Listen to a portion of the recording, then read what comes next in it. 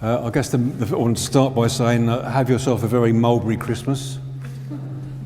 That's bad, isn't it? Right? Obviously, it went well, didn't it?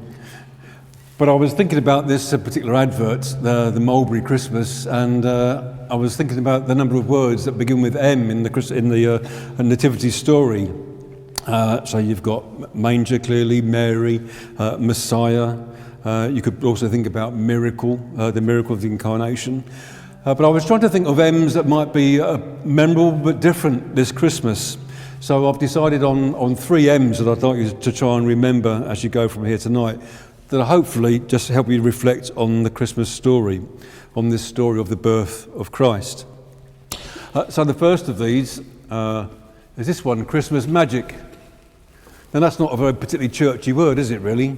Magic. It's not a word we use very often, I don't think, and when thinking about the birth of Christ. So it's obviously not a phrase drawn from the Gospels, but it, to some degree I think it's something we all experience, a bit of Christmas magic. Have you experienced a bit of Christmas magic so far this December? Any of the Christmas spirit kind of rubbed off on you a little?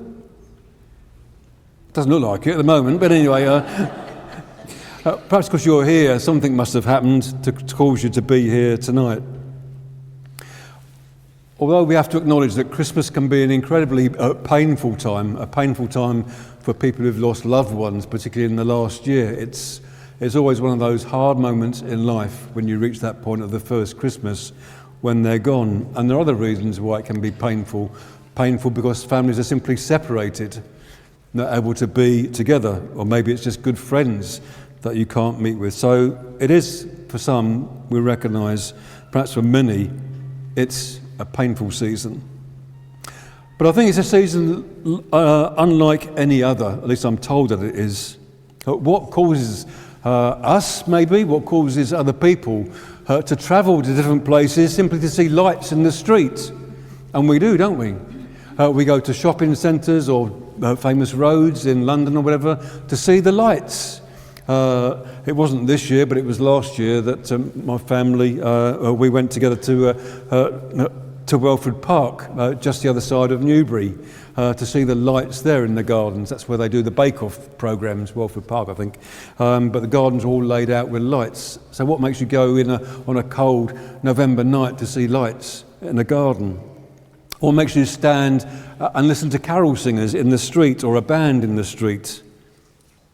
What on earth is it that makes us enjoy some of these foods at Christmas? Mince pies, is that a favourite of everyone? Not everyone, I don't think. My children won't touch mince pies, so nor Christmas cake. One other food ignites a bit of excitement at Christmas lunch is the Brussels sprouts.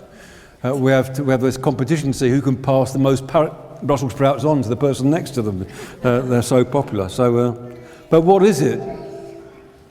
What is it about this season that makes it unlike any other? This sense of Christmas magic. We might say it's just generated by commercial forces that need to have, a peak sales time in a year to keep businesses simply going. But I think there's something deeper in our humanity than simply that. My wife and I are great fans of a little programme on, I think it's BBC Two usually, called Gone Fishing.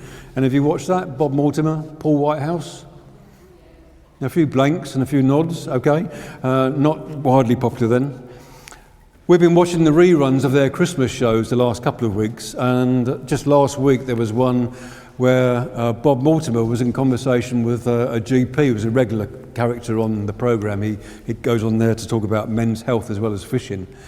But at that particular point, he was talking about the season of Christmas and what it does to people. And he said it's been proved, I can't prove otherwise, but he said it's proved that we are hardwired to receive pleasure, to receive some sort of consolation when we express kindness or generosity to others. When we do those things, which some of the people prayed about, something in us happens. A chemical is released in our brain, which actually benefits us. So we start out to benefit somebody else, and yet we end up being a receiver. And he described that as being part of the Christmas magic, which made me think about this particular phrase, Christmas magic. So don't ignore Christmas magic, because something special is going on, at least with some people, for some of the time. Is that Christmas magic at work in you, that desire to be generous, to extend a real kindness to others, perhaps without anticipating anything else? The other end I want to think about is a Christmas mystery, and it all revolves around these characters, the shepherds in the Christmas story. Now, I love a Christmas mystery. I have ever since I read Oliver Twist, Charles Dickens, who wrote Christmas Carol. I love these kind of Christmas mystery stories. And there are lots of mysteries in the Gospel accounts, but I want to focus on this one about the shepherds. Anyone else been a shepherd in a school play? Oh, one or two nods, okay. It's the role I never wanted. It was the only role that I ever played in a nativity play. I desperately wanted to be a king because they wore shiny stuff, silks and satins, and they wore a crown. What did we have? Blankets cut up with holes in. You were shepherds. Shepherds is not a great character to play in the school nativity. And they don't seem to be great characters in the Bible story either. They have a reputation of being unexpected, unwelcome at the birth of Christ. And I think we miss their importance in the story the way that Luke tells us. But it is a bit of a mystery because it's connected to this phrase, when the angels speak to them, they talk about good news for all people, but the angel says to the shepherds themselves, "This will be a sign to you." That's the shepherds. You will find a babe wrapped in cloths in a manger. So why is a baby in a manger a sign to the shepherds? Answers on the postcard? No? Okay. I'll try and answer it for you. The mystery is an unravelling where they are. They have to be in Bethlehem. It has to be Bethlehem shepherds. So Joseph is important in the story because he's from that line that travels to Bethlehem. Caesar Augustus is important because without that decree, perhaps Joseph wouldn't have travelled. So they're important characters in the story. Mary is clearly important because she has to bear the baby. When they get to Bethlehem, there has to be no room at the inn. We all say inn. It's probably not an inn. I very much doubt there was an inn in Bethlehem. The Greek word that's used is also used later in that same gospel for the word upper room. And that's much more likely what happened. Where would Joseph have gone to his hometown? He would have gone like you at Christmas, to relatives. And the homes were built in a way in which there was nearly always an upper room, which was the guest room. It was also the sleeping room, but a room that could be divided. And underneath the guest room was another space, and that was the space for animals. If you had a mule, if you had a donkey, if you had a cow or sheep, whatever, where did you keep it? You kept it under the sleeping space because it generated heat, warmth to the space above. So I think it's not an inn, I'm afraid. If you were ever an innkeeper in a nativity play, you were robbed. Okay? I don't think there was an innkeeper. But there was no room in the guest room for Mary and Joseph. And there can't be any room in the guest room because they have to give birth, or she has to give birth in the stable area, the place for animals, because there has to be a manger where the baby will be laid. That has to happen, because otherwise the shepherds won't know the sign. Because the sign for them is really important. What do these shepherds do? They breed sheep, don't they? Breed sheep and goats. This is not for the local butchers. Bethlehem shepherds on the hills where King David once wandered and also kept sheep. But the shepherds, the sheep of Bethlehem hills are for one place in particular, the temple in Jerusalem. And the temple in Jerusalem will consume lambs a year old by the thousands in the year, but particularly around Passover. And the lambs thereafter are 1-year-old lambs, perfect, unblemished, male one-year-old lambs is what will be taken to the temple. And in order to keep these lambs perfect when they're born, what do the shepherds do?